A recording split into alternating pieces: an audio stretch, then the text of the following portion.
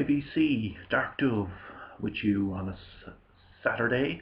It's that time of the week again. Freddy Bigstar's Gimmie 10 series, which is now up to 1982. I'm filming this in advance, so Freddy's video isn't yet up. It'll probably be up quite soon, I imagine. But yeah, I'm just filming in advance, so it won't be too influenced by what other people show. I can imagine a lot of what I'm going to show here will be shown by a lot of people, but let's go straight into things. Starting off with an ECM Keith Jarrett, and this is Keith Jarrett live album, and this is live in Bregenz in Austria. This was initially released as part of a 3-album box set, but it also came out the same year. This one was released separately as well the same year, 1982, as a standalone release. So this was recorded in 81 in Bregenz in Austria. So solo piano from Keith Jarrett, doing what he does best. Really excellent solo document of Keith Jarrett. It's long improvised. Starts off with a long improvised piece, Take You Up All of Side 1, and yeah, mostly improvised, but yeah, an essential Keith Jarrett album. So moving on, this is one that I think will be shown by a lot of people, and that is Kate Bush, The Dreaming. This is probably her most experimental album, which was kind of reflected in the fact that it, didn't perform as well commercially as her previous albums. Yeah, it's certainly her most challenging work, I think. There's no real, I don't think there are any real hit singles off this. I think maybe There Goes a Tenor, I think that might have been a single, but there's no kind of obvious hit single material on here. But it is an extremely interesting and challenging work. So there's all kinds of interesting use of instruments on here. There's didgeridoos. There's a bit of Irish traditional music on here as well, courtesy of Donal Lunny and others. But yeah, and strong contender for one of her best albums. But it's kind of yeah. Anyway, moving on, another very influential and experimental female performer, and is Laurie Anderson with Big Science. Now, as I was saying earlier in the 1981 update, it's kind of an indication of this period of how really interesting music could actually make the charts.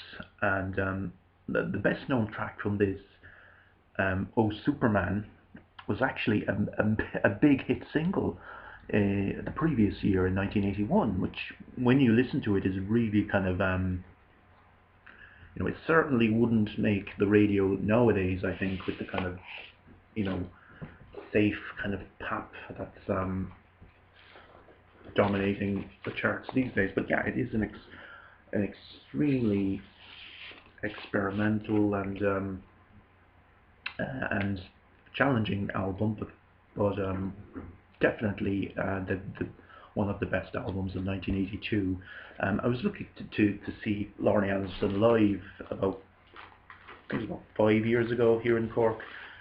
She didn't perform anything from this, but it was mostly spoken word pieces that she did. But anyway, moving on. Now, 1982, a very late entry in the kind of Canterbury prog scene, and that is National Health with D.S. Alcoda. Now, this album was released it was recorded after the death of Alan Gowan. Alan Gowan, who's pictured on the cover there, and he sadly died of leukemia the previous year. And this is made up of recorded of material which he'd written, which had remained unrecorded. So this was recorded primarily as a tribute to Alan Gowan, and yeah. So Dave Stewart of Egg,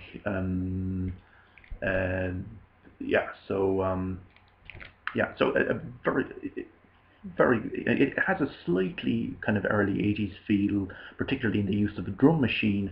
But still, if you're a fan of Canterbury prog, this is this is late period Canterbury prog. This is well worth seeking out.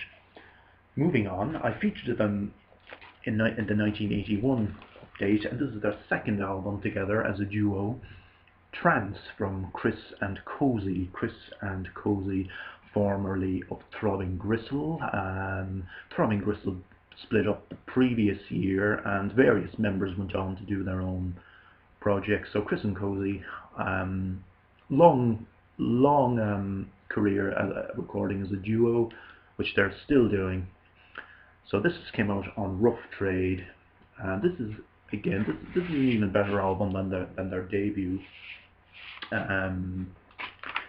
is kind of industrial electronic music with a surprisingly accessible feel. It's strong. I think this is strongly influenced a lot of the music that was to come in the 80s.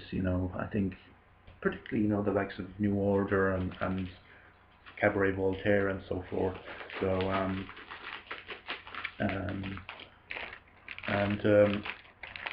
we're hearing more of them, I think, in my further updates if it continues further into the 80s.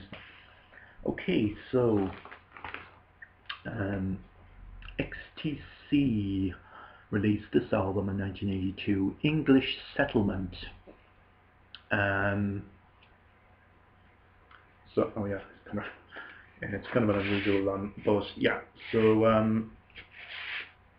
I almost showed Black Sea in the 1980 update, but yeah, this is a really good album. Sense is working overtime, and No Thugs in Our House. Yeah, some absolutely superb songs on this. And Andy Partridge's songwriting skills are really kind of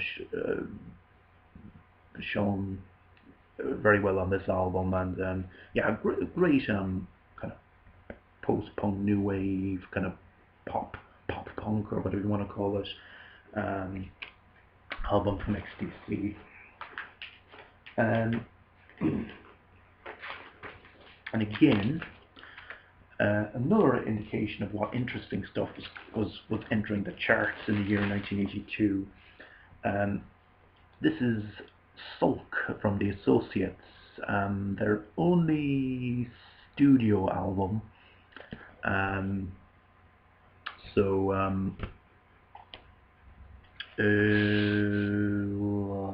What was it? Alan McKenzie was it? And sorry, I think it was Alan McKenzie, was it? And Ian Rankin. Anyway, they were a duo from Scotland. I think they were from Dundee. I'm not 100% sure, but they were active for quite a few years before they broke through with this album. There's 3 hit singles from this: Parties Fears 2, Club Country, and yeah, there's another hit single I think in the 82 which wasn't on this, but anyway, yeah, brilliant post-punk synth pop. They never quite followed this up. This was really their kind of big moment, but unfortunately after this they faded from on the scene. But yeah, this is a fantastic album, Sulk, from the Associates.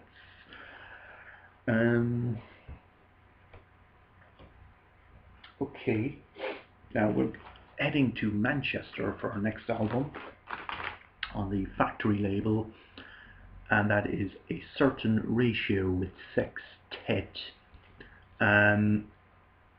They released a fantastic album in '81 called As If. Was it called As If? Something If. Jesus, should have done my research. But anyway, I only have that on CD. But this is their follow-up album from '82, and this is called Sextet.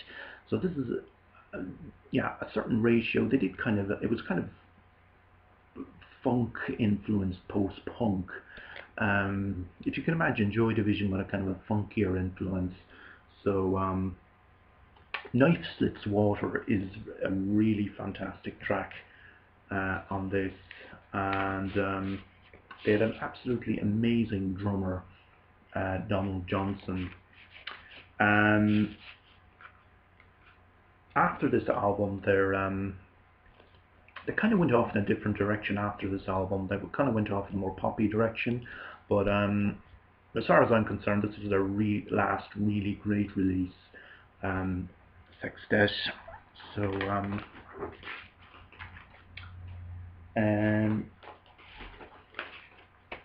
now, next release is from a band from Ireland, from Dublin. They kind of they emerged from the same scene as U2. They were kind of they were kind of childhood friends with Bono, but they couldn't be more different. That is the Virgin Prunes, and this is If I Die, I Die. Now, they're kind of associated with the goth rock scene, although to be quite honest, they're probably more in common with, yeah, they do have there is a kind of a sound, I suppose, that could be termed to be gothic rock, but a lot of their early stuff was more experimental and kind of weird, kind of industrial, dark ambient kind of stuff. But this album is more that kind of a guitar rock direction. But and they had a reputation for outrageous stage antics and kind of dressing up and doing things like wearing pigs' heads as loincloth, as kind of over their crotches, and kind of weird. And yeah, they kind of challenged. Ireland of the early '80s was a very conservative place, and their music and their stage antics really kind of didn't go down well with most people. But as I said before about them, they probably have a bigger following on the continent than they do here. But anyway, this came out on Rough Trade in 1982, and Pagan Love Song, which became a kind of an indie underground hit in '82, is included on this. So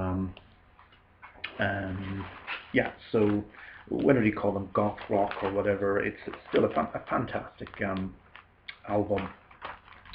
Okay, so I'll finish up.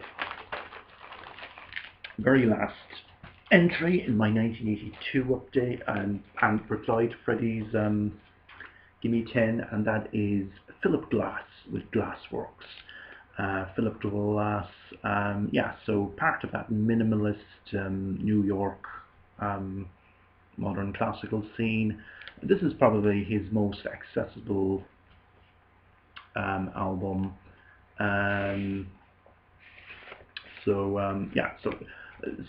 Yeah, I've quite a bit of Philip Glass on CD. Now, some of his music can be a little repetitive, but I think really this is where he really gets it right. Beautiful piano-based minimalist music. Yeah, this is one really that I can listen to over and over again. But yeah, as I said, I'm sure a lot of people will probably, I'm sure a lot of the records I've shown will probably show up in other people's updates, but anyway, those are my top 10 personal choices for 82. So everybody have a great weekend, and roll on 83.